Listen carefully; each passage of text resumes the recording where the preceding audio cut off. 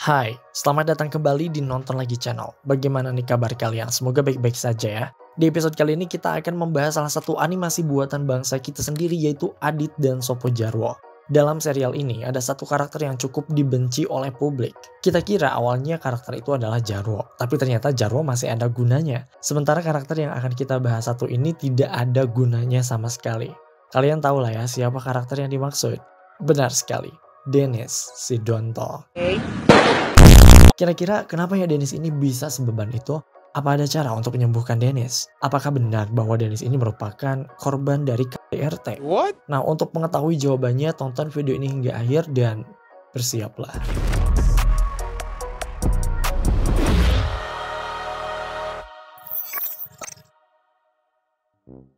Adit dan Sopo Jarwo adalah film animasi Indonesia dari MD Pictures dan MD Animation yang pertama kali ditayangkan di televisi pada tahun 2014 di MNC TV. Animasi buatan lokal ini mendapatkan sambutan yang hangat di kalangan penonton, terbukti dengan rating dan share-nya pada saat penayangannya yang cukup tinggi mengalahkan pesaingnya pada jam tayangnya. Katanya sih animasi ini tuh lucu dan mampu menyentuh perasaan penonton. Kalau kalian yang nonton gimana? Apa iya mampu tersentuh perasaannya oleh animasi ini? Kalau kita sih emang ada sebagian episode yang mengharukan, ada juga perasaan kita yang tersentuh. Tapi bukan karena tersentuh sedih ya, melainkan tersentuh karena perasaan gedek alias kesel melihat tingkah si Dennis ini. Buat kalian pasti udah gak asing ya sama si Dennis ini karena karakternya yang kayak apa-apa tuh harus Adit. Dia nih lagi sakit bukan ke rumah sakit, malah ke rumah Adit. Kalau lapar juga sering ikut makan sama keluarga Adit. Pokoknya semuanya itu harus Adit, Adit, dan Adit. Maka tidak heran sepanjang series ini berjalan, publik minta pada production house-nya untuk mengadakan satu episode di mana karakter Dennis ini mengalami kesulitan yang luar biasa.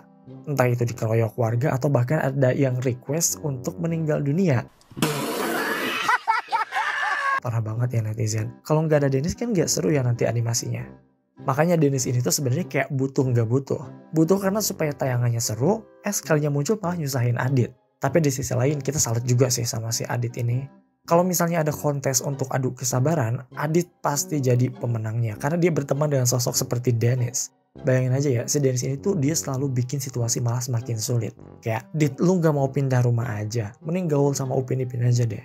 Tapi di balik sosoknya yang suka menyusahkan Adit, kalian pernah kepikiran gak sih kenapa Dennis ini bisa kayak gitu? Dan kenapa juga Adit bisa sangat perhatian dan sangat melindungi Dennis? Supaya di sini ada teori yang menarik, jadi kalian harus tonton sampai akhir. Dennis tidak dibully, tapi ada sesuatu yang lebih buruk. Persoalan Dennis yang nyusahin Adit memang sudah menjadi perbincangan banyak orang. Apalagi sekarang nih, entah kenapa momen-momen Dennis nyusahin Adit tuh jadi FYP lagi.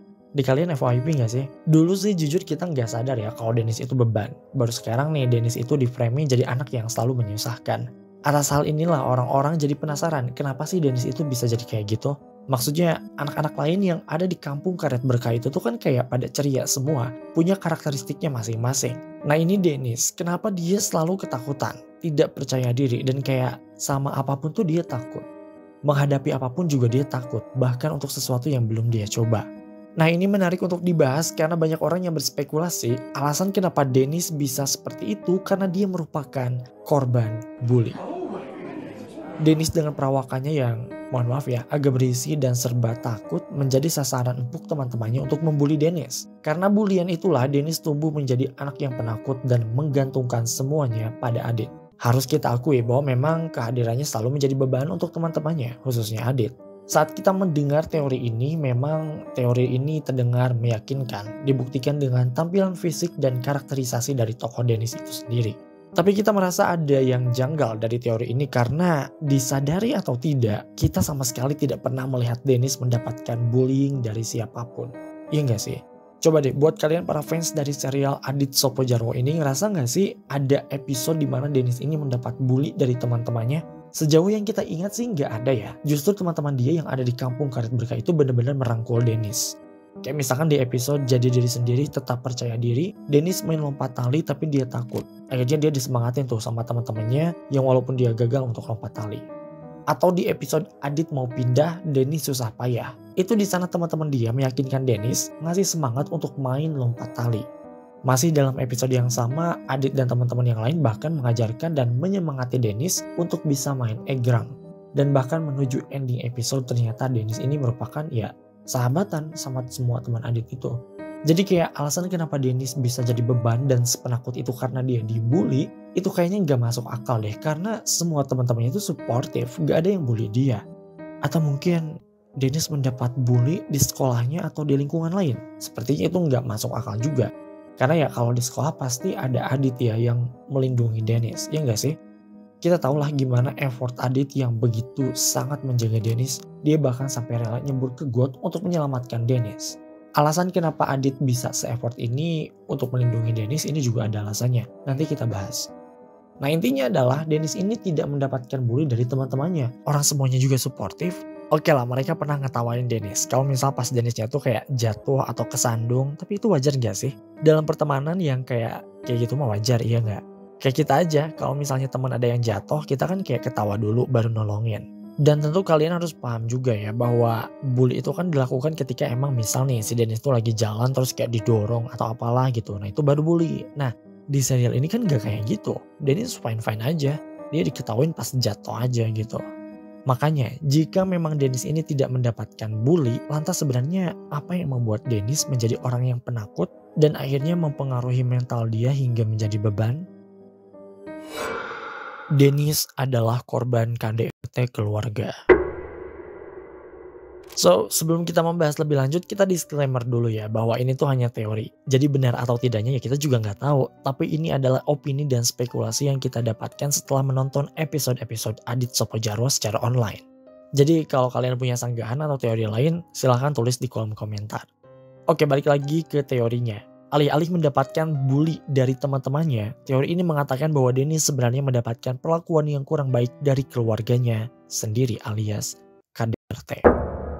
Entah Dennis suka dimarahin, direndahkan oleh orang tuanya, dibanding-bandingkan, dituntut ini itu, kita nggak pernah tahu. Tapi kita yakin bahwa kalau misalnya Dennis ini emang dibully, dia tuh dibully oleh keluarganya sendiri, bukan oleh teman-temannya. Hal inilah yang menyebabkan Dennis menjadi orang yang penakut karena rasa takut itu berasal dari rumahnya sendiri. Balik lagi ke yang tadi ya, bahwa ini didasarkan pada fakta bahwa kita sebagai penonton tidak pernah melihat Dennis ini dibully oleh teman-temannya.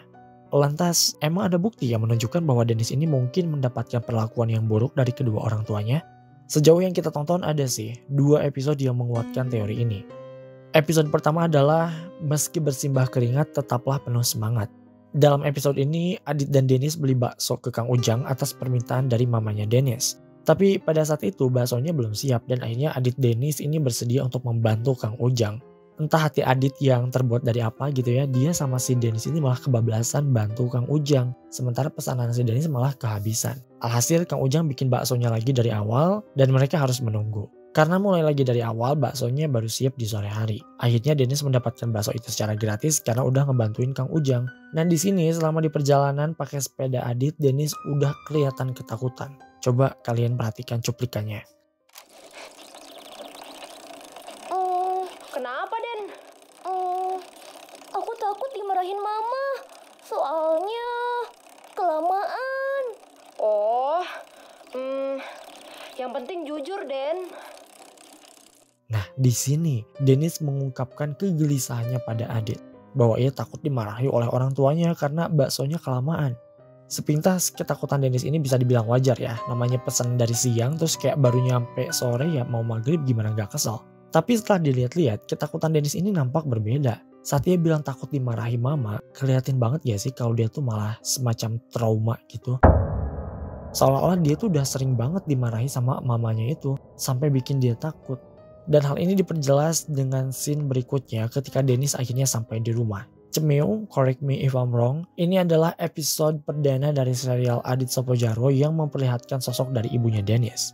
Ternyata mamanya Dennis ini emang agak serem ya. Coba kalian lihat dulu deh cuplikannya. Kok sampai jam segini? Itu mah. Baru turun dari sepeda, Dennis udah kelihatan ketakutan banget. Dia nunduk terus kayak mau dihukum gitu. Padahal ini sama mamanya sendiri loh. Kita bisa lihat malah Adit yang lebih aktif. Padahal Adit kan bukan anak kandungnya. Tapi di sini Dennis yang merupakan anak kandung mamanya nampak terlihat sangat ketakutan. Hal ini juga didukung oleh nada bicara mamanya Dennis yang terdengar sangat dingin pada Dennis. Ya kalian dengar sendiri lah ya tadi di cuplikannya bahwa mamanya Dennis itu sedingin itu. Pas waktu Adit ngejelasin kenapa bisa telat karena bantuin Kang Ujang, mamanya cuma bilang, Oh, makasih Adit. oh doang. Kayak dingin banget kayak kulkas woy. Beda kasusnya sama mamanya Adit. Kalau ini kejadian sama mamanya Adit, pasti jawabannya bukan oh doang. Pasti kayak ada nasihat-nasihat ke depannya bagusnya gimana. Yang by the way, serial ini kan emang full pesan moral ya. Kayak semua karakter di sini ngomongnya kayak ceramah gitu. Ada substansi nilai moralnya. Tapi mamanya Dennis tuh kayak nggak kayak gitu. Dia cuma bilang, oh akhirnya cuma berterima kasih pada Adit. Nah setelah itu, pas di sini Dennis mau masuk ke dalam rumah setelah disuruh oleh ibunya, tapi dia tetap kayak kelihatan takut. Dari ekspresinya tuh, dia kayak mau disiksa gitu loh. What? Please tolong dong, seseorang harus bantu Dennis deh kayaknya. Maksudnya itu kan rumah dia sendiri, tempat dia tidur sampai makan dan yang lain-lain. Tapi dia kayak kelihatan gak nyaman masuk ke rumah itu. Padahal kan rumah itu tempatan nyaman, teraman gitu ya. Tapi sepertinya itu tidak berlaku untuk Dennis yang malang. Hal inilah yang mempengaruhi kepribadiannya yang penakut menghadapi semuanya. Ya karena support system pertamanya yaitu keluarga sama sekali tidak memberikan dukungan tersebut. Ada satu episode lagi yang cukup viral di media sosial yaitu saat Dennis sakit, bukannya ke rumah sakit malah ke rumah Adit, inget gak? Nah, episode ini aslinya judulnya adalah Dennis sakit sampai nyelekit. Menceritakan tentang Dennis yang sakit flu dan datang ke rumah Adit untuk meminta tolong. Di rumah itu Dennis dirawat ala kadarnya oleh Adit dan adiknya Adele. Sepintas memang ini merupakan salah satu episode yang juga memperlihatkan bahwa Dennis ini sebagai beban ya untuk Adit. Ya bayangin aja, lagi sakit bukannya ke rumah sakit, malah ke rumah Adit, kan nyusahin ya. Tapi kalau dipikir-pikir wajar sih sebenarnya Dennis ke rumah Adit karena kan dia anak kecil. Gak mungkin sendirian datang ke rumah sakit dong, ya nggak? Bayangin deh anak SD, anak kecil itu datang ke rumah sakit sendirian. Kalaupun hal itu terjadi, dokternya juga pasti nanyain kemana orang tuanya, kemana mama kamu, kok kamu datang sendirian, ya nggak sih? Lantas kemana sebenarnya mamanya Dennis pada saat itu? Kalau kata Dennis sendiri, orang tuanya pada saat itu sedang pergi. Mana mama lagi pergi lagi? Oh. Kasian gak sih sama Dennis? Lagi sakit kayak gitu malah ditinggalin sama mamanya sendiri.